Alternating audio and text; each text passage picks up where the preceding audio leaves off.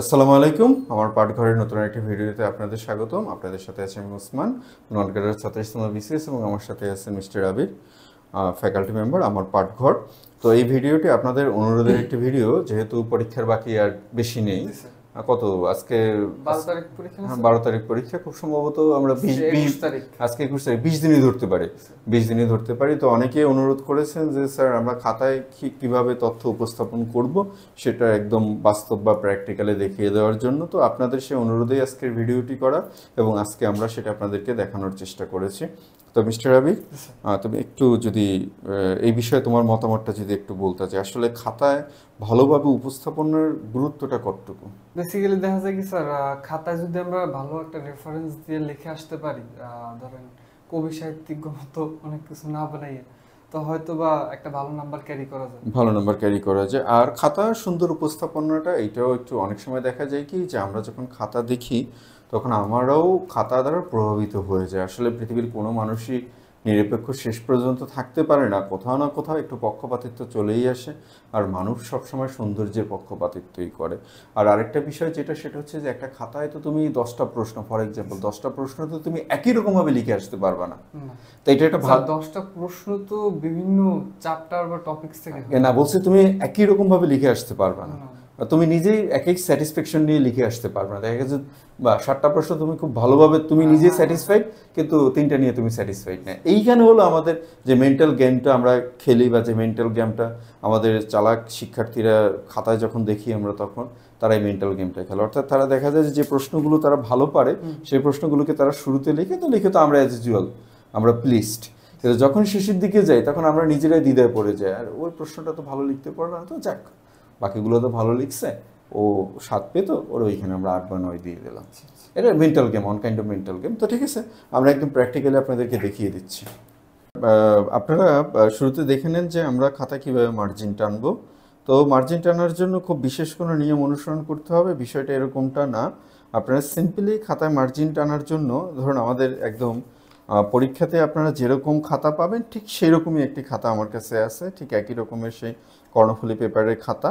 হয়তো আপনারা একটু, আমাদের এটা একটু ইয়েলো টোনের আছে, আপনারা একটু হোয়াইট টোনের পাবেন, কিন্তু খাতাটা একই রকমের, সেই খসখসে পেপার, একই রকমের খাতা। তো মার্জিন টানার বিষয়টা যেটা হচ্ছে যে, ইচ্ছে করলে আপনারা মার্জিন টানতে পারেন, অথবা খাতা ভাঁজ করে নিতে পারেন। প্রথমটা আমি দেখাই, খাতা ভাঁজ করা।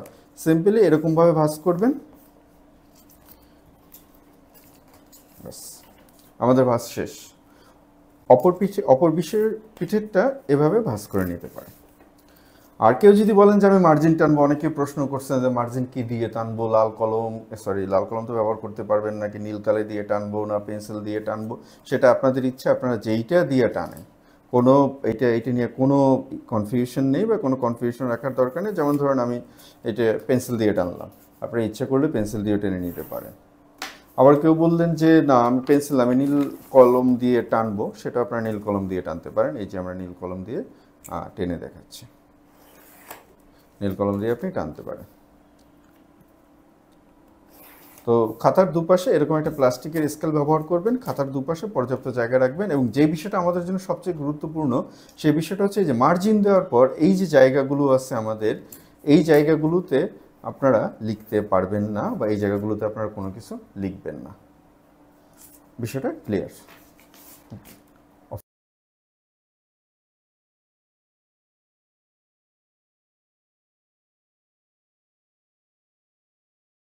আচ্ছা, তো আপনারা দেখতে পাচ্ছেন আমার সিটিং পজিশনটা পরীক্ষার হলে ঠিক যেরকম সিটিং পজিশন, ঠিক সেরকম সিটিং পজিশন আছে। আর পরীক্ষার হলে আপনার কাছে যা থাকবে ঠিক আমার কাছেও তাই আছে। তো দেখেন, আমার লেখার জন্য 2টা কালো বল পয়েন্ট কলম। আমি আগে বলেছি জেল পেন দিয়ে লিখবেন না, জেল পেন দিয়ে লিখতে গেলে কি সমস্যা, এই যে দেখুন, দেখতে পাচ্ছেন পেপার শোক করছে, জেল পেন দিয়ে লেখা যাবে না। আর আমার কাছে এটা হচ্ছে ব্লু পেন, আমি যে ব্লুর শেডের কথা বলছি এটা হলো সে ব্লু পেন। আপনারা ইচ্ছে করলে এরকম 2-3টে শেড নিয়ে নিতে পারেন। আর এটা হচ্ছে আমাদের একটা পেন্সিল, আর এটা হচ্ছে আমাদের একটা ট্রান্সপারেন্ট প্লাস্টিকের স্কেল। এরকমটাই আপনারা নিয়ে যাবেন, সবগুলো একটা ব্যাগে করে নিয়ে যাবেন। তো আমরা নমুনা প্রশ্নে চলে আসি। তো নমুনা প্রশ্নটা হচ্ছে এটা সংক্ষিপ্ত প্রশ্ন, ধরুন 1 মার্কস বা 2 মার্কসের, আমরা ধরে নিলাম এটা 2 মার্কসের প্রশ্ন। তো এখানে বলছে সমাজকর্ম কাকে বলে। তো এখন লেখা শুরু করবেন কিভাবে, অনেকেই আমাকে যেটা জিজ্ঞেস করছিলেন, স্যার 1 নং প্রশ্নের উত্তর আমরা কি নীল কালি দিয়ে লিখব, নাকি লাল কালি দিয়ে, সরি লাল কালিতে ব্যবহার করতে পারবেন না, কালো কালি দিয়ে লিখবো কিনা, আপনি যা দিয়ে লিখেন কোনো সমস্যা নেই। আপনি যদি এইটা নাও লিখেন তাতেও কোনো সমস্যা নেই। আপনি যদি এভাবে 1 নং দিয়ে লেখেন, 1 নং, বা শুধু 1 দিয়ে যদি লেখেন তাতেও কোনো সমস্যা নেই। আপনি কালো কালি দিয়ে লিখেন তাতেও কোনো সমস্যা নেই। এগুলো নিয়ে কোনো মাথা ব্যথারই দরকার নেই আপনাদের। আপনাদের কাছে যে প্রশ্নটা চেয়েছে সেটার উত্তরটা হলো সবার আগে দরকার। তো ধরুন আমরা উদাহরণ হিসেবে এই 1 নং প্রশ্ন উত্তর আমরা লিখলাম, ইচ্ছা করলে আমরা পুরোটুকু নীল কালি দিয়ে লিখতে পারি।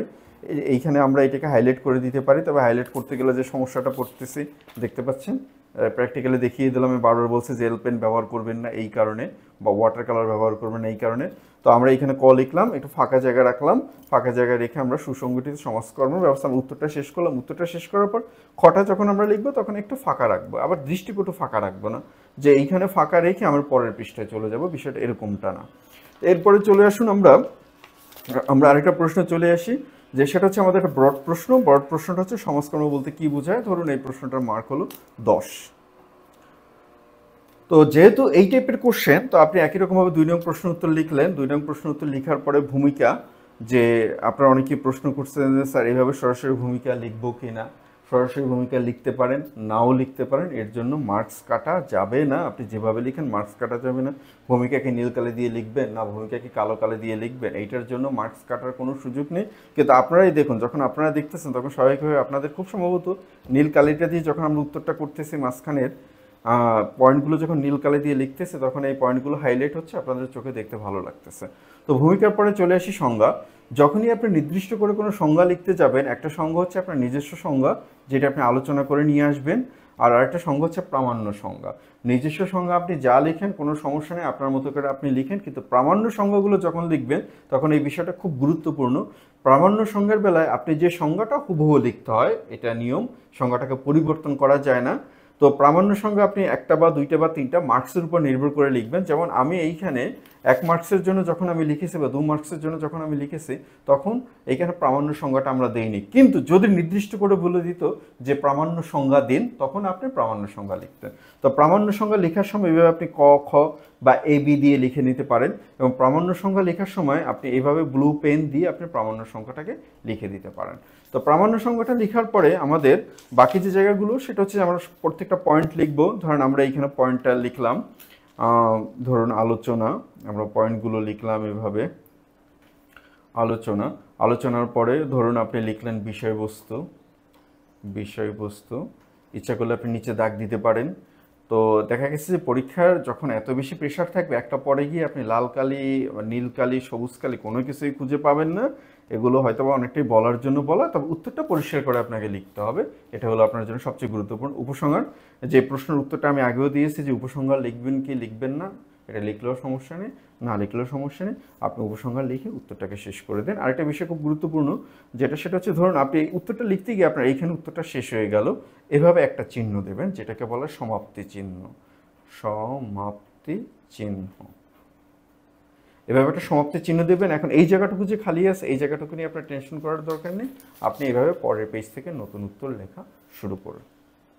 তো আমাদের আলোচনাটি আপনারা দেখলেন। তো আমাদের আলোচনার আমরা মোটামুটি দেখানোর চেষ্টা করেছি। আসলে একটা শর্ট টাইমের ভিতরে এটা তো পুরোপুরি দেখানো সম্ভব না। তারপরেও যদি আপনাদের কোনো প্রশ্ন থাকে সেই প্রশ্ন তো অবশ্যই আপনাদের করবেন, এবং আপনাদের সেই প্রশ্নের উত্তরগুলো আমরা দেওয়ার চেষ্টা করি সবসময়কার জন্যে। হয়তো বা একটু দেরিতে দেই, কিন্তু আমরা সবসময় আপনাদের প্রশ্নগুলো আমাদের কাছে খুব খুব মূল্যবান। আমরা প্রশ্নের উত্তরগুলো আপনাদের অবশ্যই দেব। মিস্টার আবির স্যার, ওই যে খাতা অলংকারের যে ব্যাপারটা, সো খাতায় কিছু না কিছু তো অবশ্যই লিখতে হবে। অবশ্যই তোমাকে উত্তর লিখতে হবে, অলংকার হচ্ছে পরে, তেমন একটা ইম্পর্টেন্ট না। কিছু না কিছু লিখলে নাম্বার পাওয়া যাবে। আমি লিখলে তো নাম্বার অলংকারে আমি বিসিএস দিয়েছি অ্যাজ ইউজুয়াল।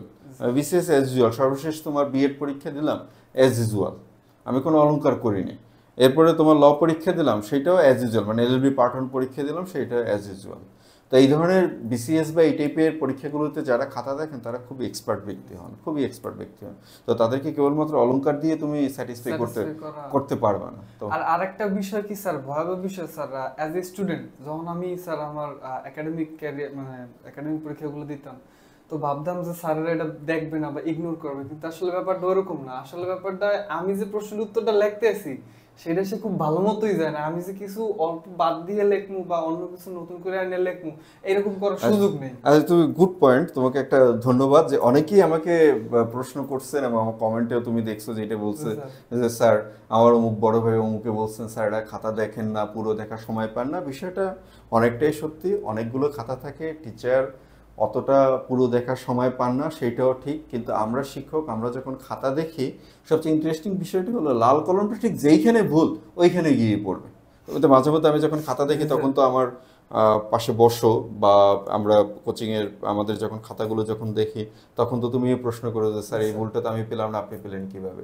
তো যারা শিক্ষকতা পেশা, আপনি যে পেশাতেই একটা পারফেকশনের জায়গা আছে, তো আপনি শিক্ষকতার পেশাতে যখন পারফেকশনের জায়গায় পৌঁছে যাবেন তখন ওইটাও দেখবেন তো যে স্টুডেন্ট যতই মনে করুক স্যারে হয়তো স্যারের চোখে পড়বে না, লেখলে লেখছি কোনো প্রবলেম, আসলে ব্যাপারটা কিন্তু তা না, ওই জায়গাটাই বেশি পড়বে। ওই জায়গাটাই বেশি পড়বে। তবে হ্যাঁ, এটা ঠিক, আপনি যদি মূল আলোচনার বিষয়বস্তু ঠিক রাখতে পারেন তাহলে কোনো সমস্যা নেই, কিন্তু আলোচনা কিছু কনসিডার করবে অপ্রাসঙ্গিক আলোচনা করা যাবে না। এবং অনেকে আরেকটা যেই কাজটা করে তোমার, সেটা হচ্ছে যে তারা ওই সংজ্ঞা লিখতে গিয়ে প্রামাণ্য সংজ্ঞা লিখতে গিয়ে নিজস্ব তৈরি সংজ্ঞা লিখে দেয়। কিন্তু ওটা তো না স্যার, ওটা রেফারেন্স অবশ্যই দিতে হবে। না, রেফারেন্স তুমি এমন একটা দিলা, ধরো আমেরিকার হার্ভার্ড ইউনিভার্সিটির বা আমেরিকার হাডসন ইউনিভার্সিটির একজন অধ্যাপক এটা বলছেন, কিন্তু অধ্যাপক বাস্তবে কোথাও নেই এবং ওই নামের কোনো ইউনিভার্সিটিও নেই। এইটা খুব রিস্কি, কারণ ওই শিক্ষকের কাছে যদি ধরা পড়ে যান তাহলে কিন্তু আপনার ওই যে কাটা যে শুরু করবে, শেষে আপনি সত্যিকারের লিখছেন সেটাও কিন্তু কেটে দেবে। খুবই রিস্কি, নিজের রিস্কে এই কাজগুলো করবেন। আমার পরামর্শ থাকবে এই কাজগুলো আসলে করার দরকার নেই। তো যাই হোক, আমাদের আলোচনা আজকে এ পর্যন্তই। তো আপনাদের সবার জন্য শুভকামনা, পড়ালেখা চালিয়ে যান। আর মাত্র 20টা দিন আছে, 20টা দিন আমরা গতকালকে আপনাদেরকে একটা দিক নির্দেশনা দিয়েছিলাম, সেই নির্দেশনা অনুসারে ভাগ করে ওভাবে আপনারা চালিয়ে নেন। তো সবার জন্য শুভকামনা, সবাই ভালো থাকবেন।